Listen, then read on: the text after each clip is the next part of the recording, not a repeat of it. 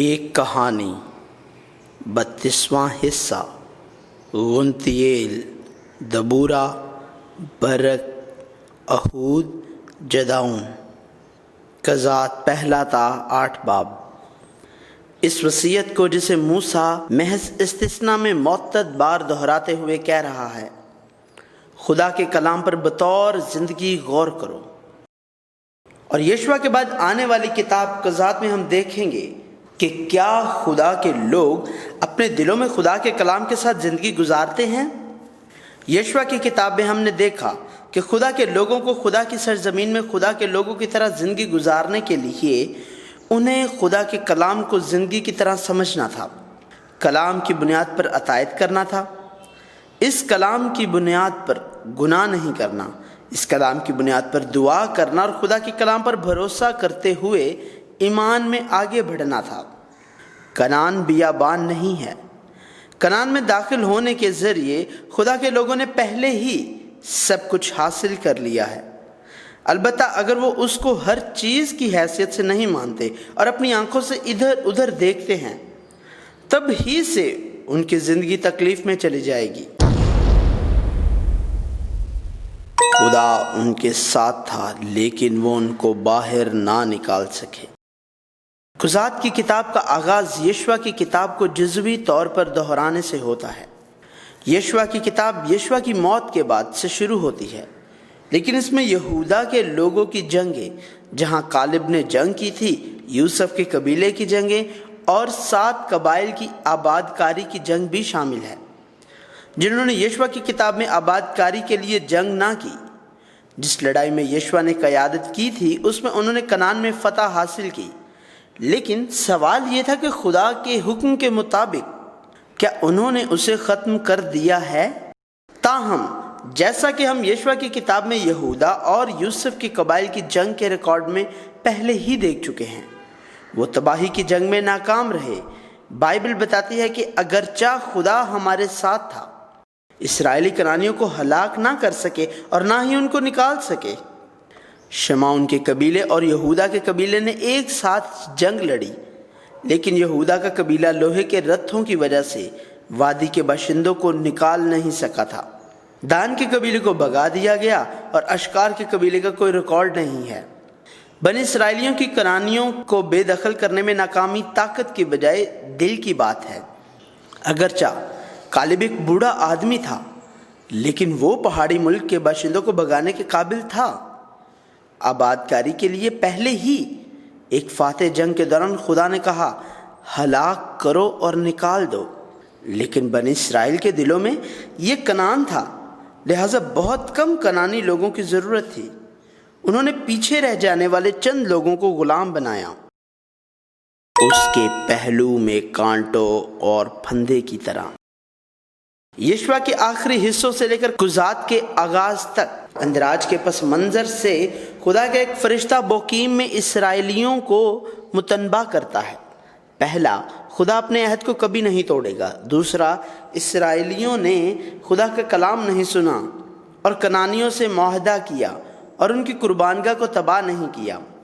تیسرا، لہٰذا خدا نے کنعانیوں کو اسرائیلیوں کے آگے سے نہیں نکالا، بلکہ وہ اسرائیلیوں کے لیے جال بنیں گے اور ان کے معبود بنی اسرائیل کے لیے پھندا بن جائیں گے۔ لوگ چلا کر روئے۔ وہ لوگ جنہوں نے خداوند کے فرشتہ کی باتیں سنی، وہ اونچی آواز میں روئے۔ وہ کیوں روئے؟ کیا یہ دل کی وجہ سے تھا؟ خدا نے ہماری وجہ سے کتنا دکھ دیا؟ بالکل نہیں، وہ ان مشکلات کی وجہ سے چیخ اٹھے جو ان کو پیش آئیں گی۔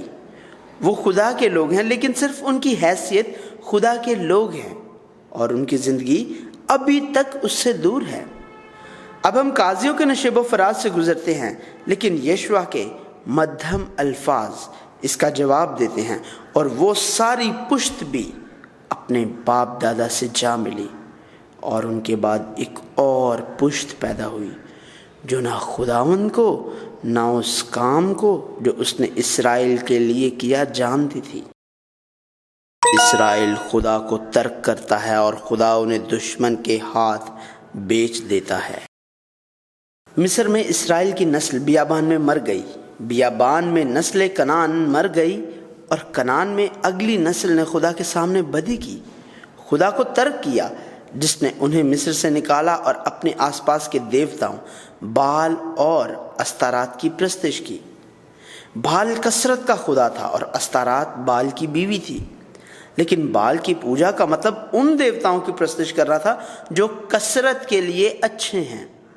یہ وہ دیوتا تھے جو کنعان میں ضروری بارش کا حکم دیتے تھے، جہاں خاص توجہ زرائت پر تھی۔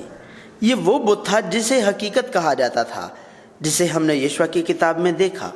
کنعانیوں نے بنی اسرائیل کو کہا ہوگا، میں جانتا ہوں کہ تمہارا خدا طاقتور اور جنگ پر قادر ہے، لیکن یہ کنعان ہے، اور ہمارا خدا کثرت کا خدا ہے جو کھیتی باڑی پر حکومت کرتا ہے۔ لہٰذا کنعان میں کنعان دیوتا کی پرستش کی جانی چاہیے۔ اسی لیے خدا نے کہا، پر ان قوموں کے شہروں میں جن کو خداوند تیرا خدا میراث کے طور پر تجھ کو دیتا ہے، کسی ذی نفس کو جیتا نہ بچا رکھنا۔ جیسا خداوند تیرے خدا نے حکم دیا ہے بالکل نیست کر دینا، تاکہ وہ تم کو اپنے سے مکروہ کام کرنے نہ سکھائیں جو انہوں نے اپنے دیوتاؤں کے لیے کیے ہیں، اور یوں خداوند اپنے خدا کے خلاف گناہ کرنے لگو۔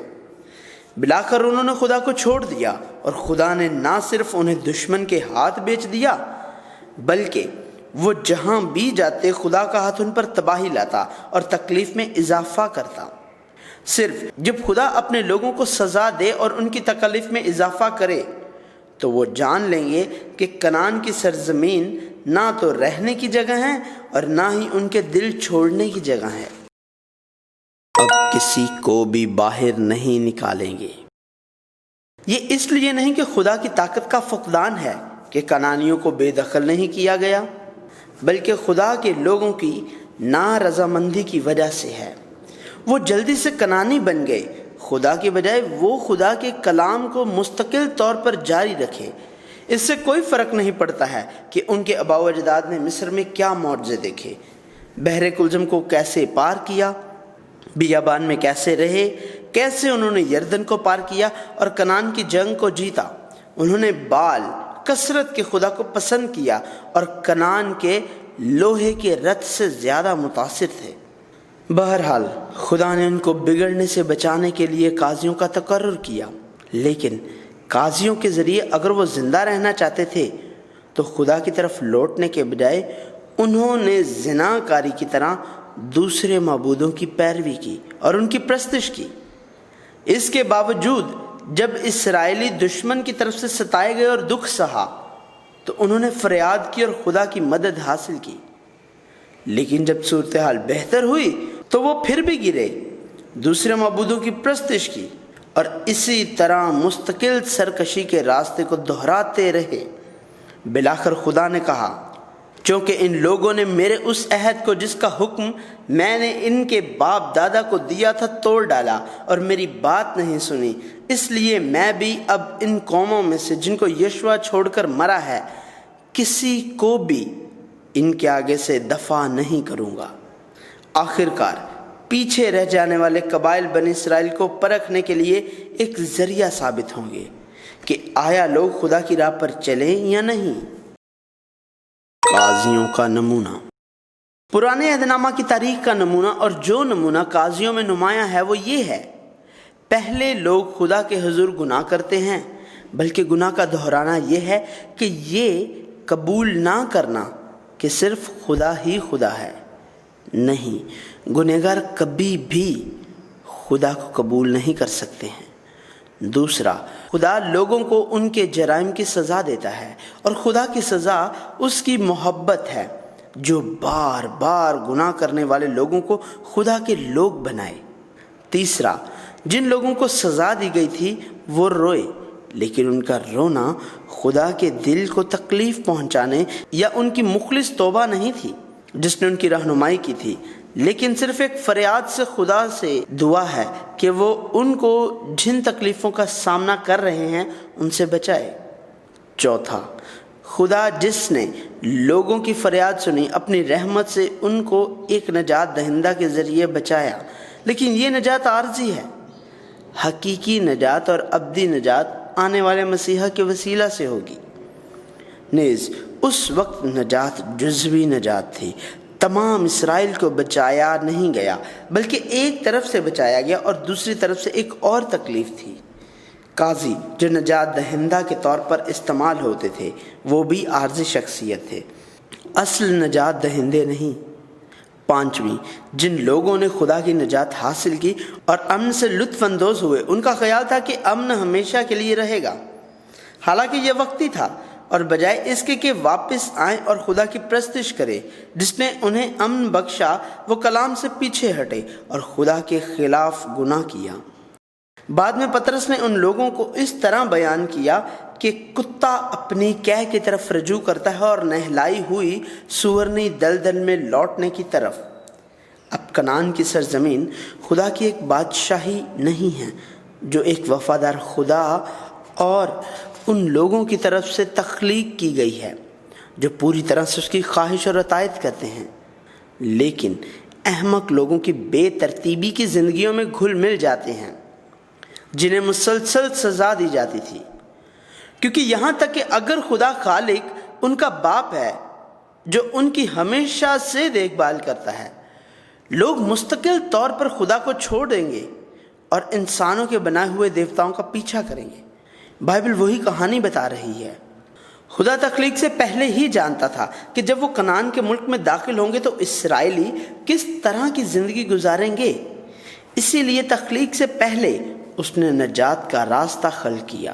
خدا نے کہا کہ بنی اسرائیل خدا کی سرزمین میں بطور خدا کے لوگ خدا کے کلام کو زندگی کی حیثیت سے سمجھیں، اس کلام کی بنیاد پر اطاعت کریں، کلام کی بنیاد پر گناہ نہ کریں، کلام کی بنیاد پر دعا کریں اور خدا کے کلام پر اعتقاد رکھ کے ایمان میں آگے بڑھیں۔ لیکن خدا جانتا ہے وہ نہ صرف اس کی پیروی کرنے سے قاصر ہیں بلکہ وہ ایسا کریں گے بھی نہیں۔ وہ خدا کے بغیر کنعان چاہتے تھے اور ایک ایسی جگہ کے بجائے جہاں خدا بادشاہ ہے اور وہ لوگ ہیں۔ وہ ایک ایسی جگہ چاہتے تھے جہاں وہ بادشاہ تھے، اسی لیے اسرائیل کو ایک ٹکڑے کے طور پر دیکھا جاتا ہے۔ خروج کے وقت سے لے کر آج تک لوگ گزر چکے اور مر چکے ہیں، لیکن یہ مشکل نہیں ہے کہ اگر ہم صرف ایک شخص یعقوب کو دیکھیں۔ اب بنی اسرائیل خدا کی طرف سے گھیرے جانے کے راستے پر ہیں، جیسے یعقوب جس نے خدا اور اپنے باپ اسحاق کو دھوکہ دیا اور اپنے ماموں لابن کے گھر راخل کے ساتھ خوشگوار وقت گزارا۔ بدی کرنے کے بعد پیچھے جانا اور رونے کے بعد بچائے جانا۔ بنی اسرائیل کنعانیوں میں رہتے ہیں جن کو انہوں نے نہیں نکالا تھا، ایک دوسرے کے ساتھ اپنے بیٹے اور بیٹیوں کا تبادلہ کیا، ایک ہو گئے اور آخرکار انہوں نے ان کے دیوتاؤں کی پرستش کی۔ انہوں نے خدا کے آگے بدی کی اور خدا کو فراموش کیا، بال کی پرستش کی اور بال کی ماں یسیرت کی پرستش کی۔ انہوں نے کسی بھی خدا کی جسے محض کثرت کے حصول کے لیے اچھا کہا جاتا تھا پرستش کی۔ تب خدا نے خدا کے لوگوں اور فرزندوں کو مسوپتامیہ کے بادشاہ کوشن رساتیم کے ہاتھ بیچ دیا، جنہوں نے 8 سال تک تکلیف اٹھائی، خدا سے فریاد کی اور خدا نے انہیں غنتیل کے ذریعے بچایا۔ غنتیل کا مطلب خدا کی طاقت ہے، اس کا مطلب ہے خدا نے بچایا۔ ان کی فریاد سے خدا نے مسوپتامیہ کے بادشاہ کوشن رساتیم کو ان کے حوالے کر دیا، چنانچہ 40 سال تک امن رہا۔ اسرائیلیوں نے خدا کے سامنے ایک بار پھر بدی کی، لہٰذا خدا نے مواب کے بادشاہ اجلون کو زور بخشا اور اس کو اسرائیل کے خلاف لڑنے کے لیے مجبور کیا، اور اسرائیلی جنہوں نے 18 سال تک تکلیف کا سامنا کیا خدا سے فریاد کی، اور خدا نے انہیں بنیامینی بائیں ہاتھ سے کام کرنے والے آدمی اہود کے وسیلے سے بچایا۔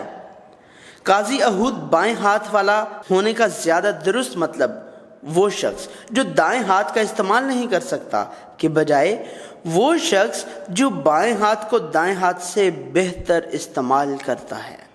یہی وجہ ہے کہ جب اس نے ایک ہاتھ لمبی تقریباً 45 سینٹی میٹر تلوار چھپا لی اور بادشاہ سے ملنے کی کوشش کی تو کسی نے اس پر شک نہیں کیا۔ ایک بار پھر ان کی فریاد پر خدا نے مواب کو اسرائیل کے حوالے کر دیا، لہذا 40 سال پھر امن رہا۔ اسرائیلیوں نے خدا کے سامنے ایک بار پھر بدی کی، اور خدا نے اپنے لوگوں کو کنعان کے بادشاہ یابین کے ہاتھ میں بیچا۔ وہ لوگ جنہوں نے 20 سال تک تکلیف اٹھائی، خدا سے فریاد کی، اور خدا نے انہیں دبورہ اور برق کے ذریعے بچایا۔ ان کے چلانے پر خدا نے کنعانی فوجوں کو 900 لوہے کے رتھوں، کنعان کے بادشاہ یابین اور اس کی فوج کے سربراہ سیسرا کے ساتھ دبورہ کے ہاتھ میں دیا، اور انہیں اسرائیلیوں کے حوالے کر دیا۔ اس نے کنعان کے بادشاہ یابین کو ہلاک کیا۔ اس وقت دبورہ اور برق نے گایا، آسمان کی طرف سے لڑائی ہوئی، بلکہ ستارے بھی اپنی اپنی منزل پر سیسرا سے لڑے، کیسون ندی ان کو بہا لے گئی۔ خدا نے خود 900 لوہے کے رتھوں کا مقابلہ کیا جو آج کل ہمارے ٹینکوں کی طرح بڑے تھے، اور دریائے کیسون میں سیلاب آیا جس نے لوہے کے رتھوں کو حرکت سے روکا۔ چنانچہ مزید 40 سال کا امن آ گیا۔ تم نے میری آواز نہ سنی۔ بنی اسرائیل نے خدا کے سامنے ایک بار پھر بدی کی۔ خدا نے اپنے لوگوں کو مدیان کے حوالے کیا، جن لوگوں نے 7 سال تک تکلیف اٹھائی، خدا سے فریاد کی، اور خدا نے ایک نبی کو یہ کہتے ہوئے بھیجا، خداوند اسرائیل کا خدا یوں فرماتا ہے کہ میں تم کو مصر سے لایا، اور میں نے تم کو غلامی کے گھر سے باہر نکالا۔ میں نے مصریوں کے ہاتھ سے اور ان سبوں کے ہاتھ سے جو تم کو ستاتے تھے تم کو چھڑایا، اور تمہارے سامنے سے ان کو دفع کیا، اور ان کا ملک تم کو دیا۔ اور میں نے تم سے کہا تھا کہ خداوند تمہارا خدا میں ہوں، سو تم ان اموریوں کے دیوتاؤں سے جن کے ملک میں بستے ہو مت ڈرنا۔ پر تم نے میری بات نہ مانی۔ جدعون ایک جنگجو نہیں ہے۔ خدا کا فرشتہ جدعون کو بلاتا ہے، جو مدیانیوں سے ڈرتا تھا۔ وہ چھپ کر مے کے کولوں میں گندم جھاڑ رہا تھا۔ جدعون نے خداوند کے فرشتہ کو پہچان لیا اور کہا، میرے مالک مجھے معاف کریں۔ جدعون نے جواب دیا، اگر خداوند ہی ہمارے ساتھ ہے تو ہم پر یہ سارے حادثے کیوں گزرے، اور اس کے وہ سب عجیب کام کہاں گئے جن کا ذکر ہمارے باپ دادا ہم سے یوں کرتے تھے کہ کیا خداوند ہی ہم کو مصر سے نہیں نکال لایا؟ پر اب تو خداوند نے ہم کو چھوڑ دیا اور ہم کو مدیانیوں کے ہاتھ میں کر دیا۔ اس کا جواب واضح طور پر ہے کہ انہوں نے خداوند کے حضور بدی کی، لیکن جدعون نوحہ کرتے ہوئے پوچھ رہا ہے، اگر خداوند ہی ہمارے ساتھ ہے تو ہم پر یہ سارے حادثے کیوں گزرے؟ اب تو خداوند نے ہم کو چھوڑ دیا۔ یہ نہمیہ اور دانیل سے متضاد ہے، جو اسرائیلیوں کی تباہی کی وجہ کو واضح طور پر جانتے تھے۔ جدعون، جسے خداوند کے فرشتہ کی طرف سے زبردست سورما کہا گیا، لیکن اس میں ہمت اور اعتماد نہیں تھا، اس نے خداوند کے فرشتہ سے نشان طلب کیا، اور جب اس نے یہ نشان دیکھا تو وہ خوف زدہ ہو گیا۔ خداوند نے کہا، سلامتی ہو، خوف نہ کر۔ اور جب خدا نے بال کے مذبح کو ڈھانے، اس کے پاس یسیرت کے کتب کو کاٹ ڈالنے اور یسیرت کی لکڑی سے سوختنی قربانی گزراننے کو کہا، تو وہ لوگوں سے خوف زدہ ہوا اور رات کو یہ کام کیا۔ خدا جدعون کو اس لیے نہیں بلا رہا ہے کیونکہ وہ ایک بہترین جنگجو ہے، لیکن جیسا کہ اکن اسرائیلیوں کے گناہوں کی نمائندگی کرتا ہوا مرا، خدا جدعون کو بلا رہا اور ان لوگوں کے نمائندے کے طور پر استعمال کر رہا ہے جو بغیر ایمان کے دنیا سے ڈرتے ہیں۔ اور خدا اس جدعون کے ساتھ ہے اور اسے فتح عطا کرتا ہے تاکہ توجہ خدا کی طرف ہو، جدعون پر نہیں۔ بائبل نے ایک بار پھر یہ کہتے ہوئے کہ خدا کی روح جدعون پر آئی، واضح کر دیا کہ یہ جدعون کی اپنی طاقت نہیں ہے۔ اس کے باوجود جدعون اون کا استعمال کر کے ایک بار پھر پرکھتا ہے، اور دوبارہ جانچ پڑتال کے بعد جدعون جنگ کے لیے جاتا اور جیتتا ہے۔ باقی 300 افراد جنگجو نہیں ہیں۔ جدعون نے مدیانیوں کے خلاف جنگ کے لیے لوگوں کو جمع کیا، لیکن خدا نے جدعون کو بتایا، تیرے ساتھ کے لوگ اتنے زیادہ ہیں کہ میں مدیانیوں کو ان کے ہاتھ میں نہیں کر سکتا۔ ایسا نہ ہو کہ اسرائیلی میرے سامنے اپنے اوپر فخر کر کے کہنے لگے کہ ہمارے ہاتھ نے ہم کو بچایا۔ جن لوگوں کو ڈر لگتا ہے انہیں واپس جانے کا بتایا گیا۔ تب 22,000 لوگ واپس چلے گئے اور 10,000 رہ گئے۔ مدیانی جنگ کے لیے جمع ہونے والے لوگوں کی تعداد 32,000 تھی۔ دراصل یہاں تک کہ اگر وہ 32,000 افراد سے جنگ لڑیں تو بھی جیتنے کا کوئی امکان نہیں تھا، لیکن خدا چاہتا ہے کہ اسرائیل اس ناممکن حقیقت کو ایک بار پھر اس جنگ کے ذریعے دیکھے۔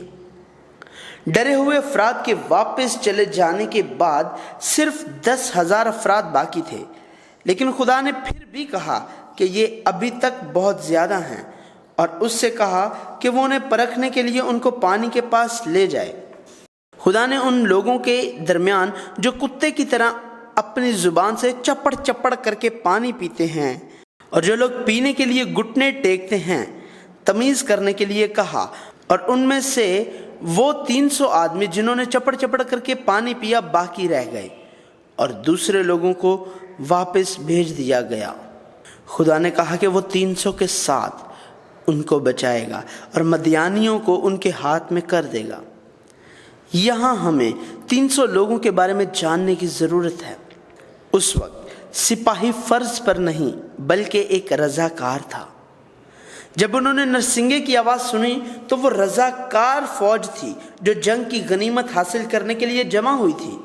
ان میں کچھ بہادر لوگ تھے جو اچھا لڑے، لیکن ان میں سے پیشتر ہجوم تھا جو کسی نہ کسی طرح اکٹھے ہو گیا تھا۔ خدا نے جدعون کو سب سے پہلے خوفزدہ لوگوں کے اس ہجوم کو واپس بھیجنے کا کہا، اور باقی 10,000 فوجیوں میں سے 9,700 صرف لڑنے کے قابل تھے۔ اگرچہ وہ جنگ کے لیے آئے تھے، وہ بہادر لوگ تھے جو کتوں کی طرح خوف کے بغیر پانی میں اپنے سروں سے پی سکتے تھے، جیسا کہ خدا کے امتحان میں دیکھا گیا ہے۔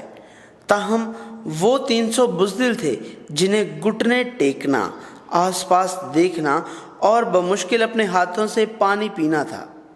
اگرچہ وہ ابھی تک دشمن کو نہ دیکھ سکے، یہ اصل لوگ خوف اور ڈر سے کانپ رہے تھے، جو واپس جانے کا حوصلہ نہیں رکھتے تھے۔ جب انہیں جو پہلی بار خوف سے کانپ رہے تھے واپس بھیج دیا گیا تھا، خدا انہیں جنگ میں لے گیا۔ نرسنگا، خالی گھڑا اور مشل۔ خدا نے جدعون سمیت 301 بزدلوں سے کہا کہ وہ ترہی ایک خالی گھڑا اور ایک مشل کو جنگ کے ہتھیاروں کے طور پر لے۔ یہاں تک کہ لڑنے کے لیے فوجی بھی کافی نہیں تھے، بلکہ جنگ کے لیے ہتھیار بھی مایوس کن تھے۔ یہ اس لیے کہ پہلے مقام پر اس جنگ کا مقصد خدا کا ظاہر ہونا تھا۔ جدعون کے توسط سے خدا نے نرسنگا پھونکنے کا کہا۔ یہ عمل خود کو فوج کے لیے بے نقاب کرنا ہے، یہاں تک کہ جب ان کی تعداد اور ہتھیار مایوس کن تھے، مطلب موت، لیکن آخر کا نرسنگا پھونکنا جانا خدا سے مدد تلاش کرنے والے ایمان کا عمل ہے۔ مزید برآں یہاں پھونکا جانے والا چاندی کا نرسنگا نہیں، جسے خدا نے جب جنگ کے لیے جاتے تو مدد کے لیے پھونکنے کو کہا تھا۔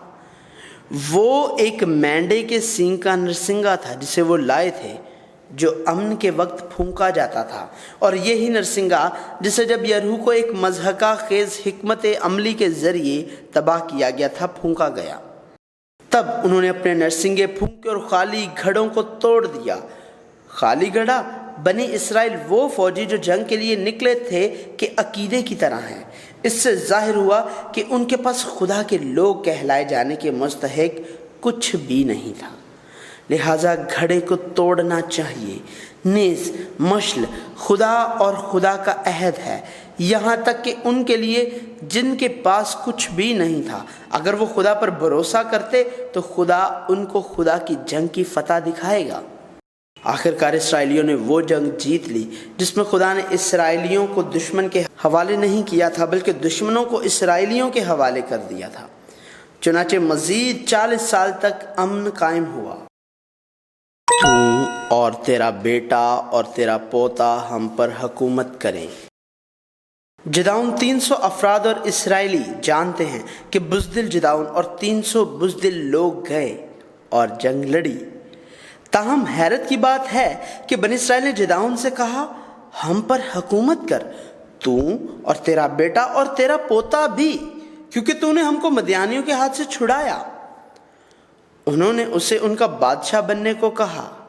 ایسی جنگ میں جو تعداد میں یا فوجی لحاظ سے کوئی معنی نہیں رکھتی، وہ نرسنگے، خالی گھڑے اور مشل سے جیتی گئی، لیکن انہوں نے جداؤن سے کہا، تو نے ہمیں بچایا ہے۔ یہ انسان کی بدی ہے جو نظر آنے والے شخص کو بت بناتی ہے، لیکن یہاں جداؤن بدی پر بدی کو بڑھاتا ہے۔ پہلے جداؤن نے کہا، نہ میں تم پر حکومت کروں گا، نہ میرا بیٹا، بلکہ خداوند ہی تم پر حکومت کرے گا۔ لیکن بہرحال اس کا دل کہتا ہے۔ اس نے لوگوں کو سونے کی بالیاں لانے کو کہا اور ایک افود سیلا میں نہیں بنایا جہاں اس وقت صندوق تھا، بلکہ اس شہر میں جہاں وہ بادشاہ کی طرح معزز تھا۔ تب یقیناً بنی اسرائیل جداؤن کے گھرانے اور سونے کے افود سے بتوں کی طرح شہوت پرستی کریں گے، اور یہ جداؤن اور اس کے گھرانے کے لیے پھندا بن گیا۔ جداؤن صرف الفاظ میں بادشاہ نہیں تھا، بلکہ وہ بادشاہ کی طرح زندگی گزارتا تھا۔ جداؤن صرف لفظی طور پر بادشاہ نہیں تھا، بلکہ وہ ایک بادشاہ کے ہی جیسا ہی رہتا تھا۔ اس کی بہت سی بیویاں تھیں اور 70 بیٹے تھے، اور وہ ایسا کام اپنے ہی شہر میں نہیں کر سکا تھا۔ اور سکم میں حرم کے بیٹے کا نام ابی ملک ہے، جس کا مطلب ہے میرا باپ بادشاہ ہے۔ آخرکار بائبل جداؤن کی کہانی کو ان الفاظ کے ساتھ ختم کرتی ہے۔ خداوند اپنے خدا کو، جس نے انہیں ہر طرف سے ان کے تمام دشمنوں کے ہاتھوں سے رہائی دی، یاد نہیں کیا، نیز وہ یربال کے گھرانے سے ان تمام بھلائیوں کے باوجود جو اس نے ان کے لیے کی تھیں، کسی بھی وفاداری کا مظاہرہ کرنے میں ناکام رہے، اور غداری کی باتیں غداری کا باعث بنتی اور سرکشی ایک اور بغاوت پیدا کرتی ہے۔ لوگوں نے کہا، آؤ جداؤن جیسا جنگجو بنے۔ ہمیں صرف 300 جنگجوؤں کی ضرورت ہے، اور ایک خدا کی نہیں بلکہ ایک انسانی جنگجو کی تلاش ہے۔ تاہم بائبل کا مرکزی کردار نہ تو جداؤن ہے اور نہ ہی کوئی قاضی۔ بائبل میں کوئی جنگجو نہیں ہے۔ بائبل دنیا کے جنگجو اور ہیرو نہیں بناتی ہے، یہاں تک کہ وہ لوگوں کو ان جیسا بننے کا نہیں بتاتی ہے، بلکہ بائبل بیان کرتی ہے، دنیا میں کمزور ہو کر خداوند میں مضبوط بنو۔ مٹی کے برتنوں کی طرح ہم میں یسوع مسیح کو رکھنے سے ہم یہ ظاہر کرتے ہیں کہ قدرت خدا میں ہے اور ہم میں نہیں۔ یہ ہمیں صرف یسوع مسیح کے وسیلے سے حقیقی سکون سے لطف اندوز ہونے کے لیے بتا رہی ہے۔ خدا کی محبت اور نہ رکنے والی جوش کی کہانی اس یسوع مسیح کو دریافت کرنے کے لیے جاری ہے۔